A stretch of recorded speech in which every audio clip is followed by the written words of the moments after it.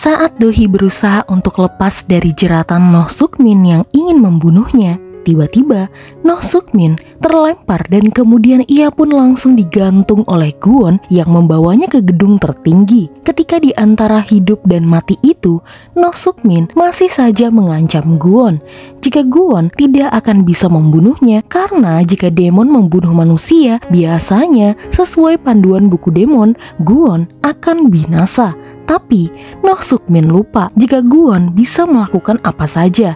Meskipun ia tidak bisa membunuh Noh Suk-min, tapi Gwon bisa menghantui hidup Noh Suk-min sampai-sampai membuat Noh Suk-min memilih untuk dibunuh saja.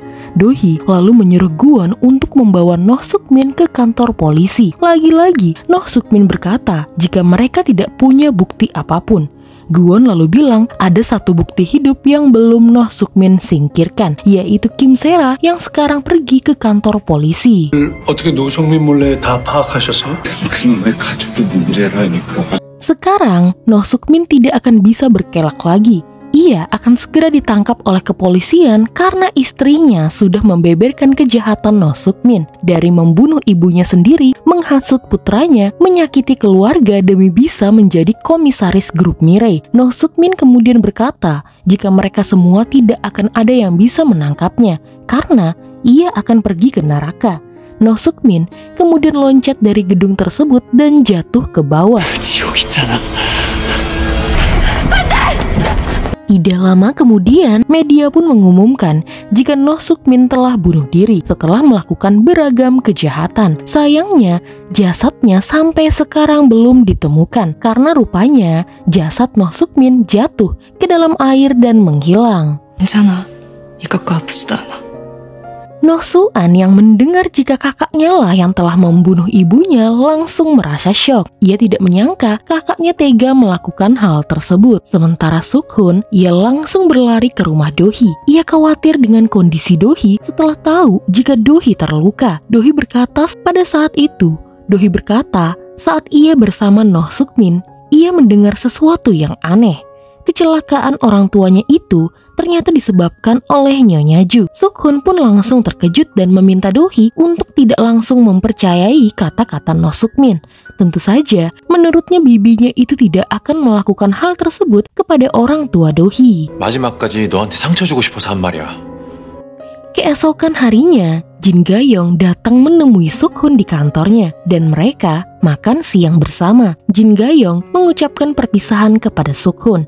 Suk-hun kira Jin Ga-young akan minta maaf kepadanya karena pernah membohongi Suk-hun dan ingin Dohee mati agar Gwon bisa selamat. Jin Ga-young berkata jika ia tidak akan pernah meminta maaf karena hal itu tidak akan memperbaiki yang sudah terjadi. Ia memang bersalah dan juga jahat karena telah mengelabui Suk-hun demi cintanya kepada Gwon. 이게 나예요. 나라도 이해해볼게요. Hari itu, Kim Se-ra mengembalikan buku demon kepada Gwon. Pada saat itu, Gwon bertanya apa benar Nyonya Ju telah membunuh orang tua Dohee. Kim Se-ra cukup terkejut, tapi ia tidak mengetahuinya. Namun jika Gwon mendengar hal tersebut dari Noh Suk-min, kemungkinan memang benar adanya. Dohee juga penasaran apakah benar Nyonya Ju membunuh orang tuanya. Ia mulai melihat-lihat artikel tentang kematian kedua orang tuanya dan ia melihat satu artikel di mana di sana Nyonya Ju berlutut di hadapan para pers dan di samping Nyonya Ju ada tongkat jalannya. Dohee lalu bertanya kepada sekretaris Shin yang sudah lama bekerja untuk Nyonya Ju sebelum bekerja dengannya. Sejak kapan Nyonya Ju memakai tongkat? Rupanya Nyonya Ju memakai tongkat setelah kecelakaan orang tua Dohee. Semua orang mengira pada saat itu Nyonya Ju sedang sakit. 무슨 일이 있었나? Dohee lalu teringat kata-kata Noh Suk-min jika Nyonya Ju sering datang ke gereja untuk menebus dosa-dosanya. Ia dan Gwon kemudian pergi ke gereja itu dan bertemu dengan Bapak Michael. Kebetulan Bapak Michael juga mengenal Dohee karena sewaktu kecil Dohee sering datang ke gereja ini. Dohee lalu mengungkapkan kedatangannya kali ini yang berkaitan dengan Nyonya Ju. Bapak Michael lalu ingin bicara empat mata dengan Dohee. Gwon pun langsung keluar dari gereja itu dan entah mengapa ia kesal setelah melihat Bapak Michael. Dulu, Bapak Michael sudah pernah menasehati Nyonya Ju untuk berkata yang sebenarnya kepada Dohee. Namun Nyonya Ju tidak berani melakukannya karena takut tidak akan mendapatkan maaf dari Dohee. Jadi, jika sampai akhir hayatnya ia tetap tidak memberitahukan kepada Dohee, maka ia ingin Bapak Michael yang menceritakannya kepada Dohee. Dulu, saat Nyonya Ju sempat bersitegang dengan ayahnya Dohee, Nyonya Ju bekerja bagaikan seorang iblis yang tidak punya hati, dan ia tidak mau mendengar arahan dari ayahnya Dohee. Saat ayah Dohee berniat melaporkan Nyonya Ju ke dewan direksi, Nyonya Ju langsung mengikuti ayah Dohee dan terjadi kejar-kejaran di jalanan. Tiba-tiba, saking ngebutnya, mobil orang tua Dohee pun tergulung dan menyebabkan ibunya Dohee langsung tewas di tempat. Sementara, ayah Gwon pun masih hidup. Tiba-tiba Gwon datang. Ia mengambil nyawa ayahnya Dohee karena 10 tahun yang lalu, ayah Dohee ternyata pernah membuat kontrak dengannya. Dan kemudian Nyonya Ju melihat keberadaan Gwon. Sebelum akhirnya ledakan hebat menimpa mobil orang tua Dohee yang membuat Nyonya Ju langsung terlempar dan menyebabkan luka di kakinya. Setelah melihat sosok asli seorang iblis, Nyonya Ju pun berhenti menjadi iblis di perusahaannya sendiri. Semenjak itu, Nyonya Ju berubah menjadi orang yang baik. Setelah mendengar cerita tersebut, Dohee dan Gwon pun langsung pulang ke rumah. Dohee berencana untuk mandi saja. Di dalam kamar mandi, Dohee langsung menyalakan keran air agar tangisannya tidak terdengar oleh Gwon. Dohee sudah mati-matian menutupi apa yang tengah ia ketahui jika ternyata Gwon pernah membuat kontrak dengan ayahnya. Dan otomatis kematian ayahnya karena disebabkan oleh kontrak iblis yang dibuat oleh ayah Dohee dan Gwon. Tangisan Dohee sebenarnya didengar oleh Gwon dari luar, tapi Gwon tidak bisa apa-apa.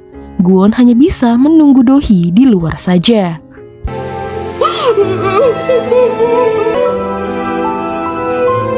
Saat Dohee mulai tenang, Gwon pun pamit untuk mencari kontrak dengan manusia karena di malam hari biasanya mudah mendapatkan mangsa.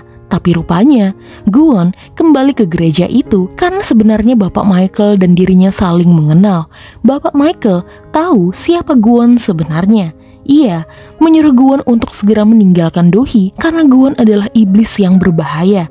Dari Bapak Michael, Gwon akhirnya tahu tentang cerita kematian orang tua Dohee dan Nyonya Ju melihat keberadaan Gwon pada saat itu. Gwon baru ingat, dulu ada seorang wanita tua yang memergokinya dan ternyata wanita tua itu adalah Nyonya Ju. Gwon pun teringat kembali di hari ayahnya Dohee meminta pertolongannya dan mereka membuat kontrak. Rupanya kematian orang tua Dohee itu karena dirinya. 당신이 도희 아버지를 지옥으로 이끌다. Gwon pun langsung mencari keberadaan Dohee yang rupanya pergi ke makam Nyonya Ju. Dohee meminta maaf kepada Nyonya Ju karena sempat mencurigainya. Ia juga berusaha untuk tetap berpikir positif, siapa tahu ayahnya membuat kontrak dengan Gwon untuk menyelamatkan kehidupannya, semisalnya sembuh dari sakit. Jadi untuk itu, Dohee harus tahu kisah ayahnya. Alih-alih bertanya kepada Gwon, Dohee ingin bertanya kepada Pak Bok-gyu. Karena hari itu sedang sibuk, maka Pak Bok-gyu menyuruh Dohee untuk menunggu di ruangan Gwon saja. Selagi menunggu, Dohee ingat jika ia pernah masuk ke dalam ruangan Gwon yang penuh dengan jam-jam ini. Dan mereka melihat kunang-kunang bersama. Lalu tiba-tiba ada seorang wanita masuk ke dalam ruangan Gwon. Ia mencari-cari di mana Gwon berada. Lalu tiba-tiba Gwon muncul di hadapannya. Rupanya sebentar lagi wanita itu bakalan tewas dan jiwanya akan dibawa ke dalam neraka. Wanita itu ingin membatalkan kontraknya dengan Gwon dan mengembalikan semua uang-uangnya. Gwon kesal melihat tingkah wanita itu. Ia langsung memperlihatkan dirinya jika ia bukanlah malaikat tetapi seorang demon yang tetap mengambil nyawa orang-orang yang sudah membuat kontrak dengannya. 이런 게 바로 데몬이니까. Gwon tidak sadar Dohee ada di dalam ruangan dan melihat semuanya. Dohee terkejut melihat sisi Gwon yang menyeramkan. Dohee juga baru tahu ternyata jam-jam itu adalah kontrak-kontrak manusia, yang artinya masih banyak orang yang akan diambil nyawanya oleh Gwon. Dohee pun langsung berlari keluar, disusul dengan Gwon yang baru tahu Dohee sudah melihat semuanya. Gwon pun akhirnya sadar bagaimanapun cara dia membahagiakan Dohee, pada akhirnya ia akan membuat Dohee menderita. Sehingga Gwon lalu memutuskan untuk mencoba menemui Dohee lagi dan bicara dengannya. Dohee berusaha untuk menutupi rasa takutnya saat ia bersama Gwon.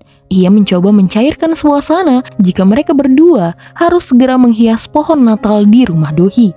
Namun, Gwon langsung berkata jika ia tidak akan lagi melakukannya. Ia ingin Dohee menyelamatkan dirinya sendiri dari neraka. Setelah itu, Gwon melepas tangan Dohee dan pergi menghilang. Dohee akhirnya sadar meski sudah dipanggil beberapa kali pun Gwon tidak akan datang lagi kepadanya. Ia sadar meski Gwon yang membuat ayahnya tiada, ia tetap tidak bisa jika tidak bersama dengan Gwon. 그렇게 사라졌다.